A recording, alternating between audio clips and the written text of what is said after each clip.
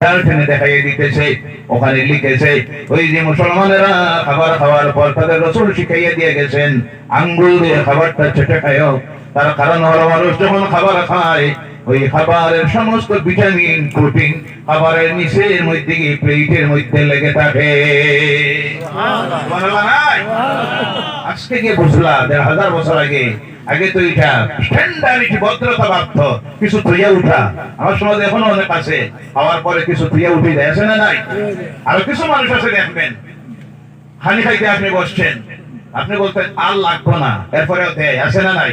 দিনে আরো একটু লই, আরো একটু লই, এটা পেটে জায়গা নেই, আপনি দিতেছেন কেন? আমার রাসূল বলতেন পেটকে ৩ ভাগ করো। কয় ভাগ? একবার পানি খাও, একবার পানি দেও, একবার উপাসে রাখো, খালি রাখো। এ বলতেছে আর না, মোহব্বত দেখাইতে গিয়ে আরো দিল। বেশি করে বিবাহ বাড়িতে দেখা যায় অনেক মুসলমানের বিবাহ বাড়িতে যে পরিমাণ আল্লাহর নিয়ামত খাবারের অপচয় করা হয়, দেখা যায় আর একটা বিয়ার খাবার নষ্ট হয়ে যাইতেছে। কথা ঠিক কিনা?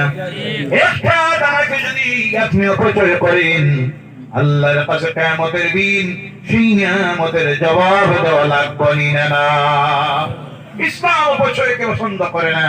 ইন্নাল মুফাসসিরিন কানু ইখওয়ানাশ শায়াতিন। অপচয় যারা করে তারা সব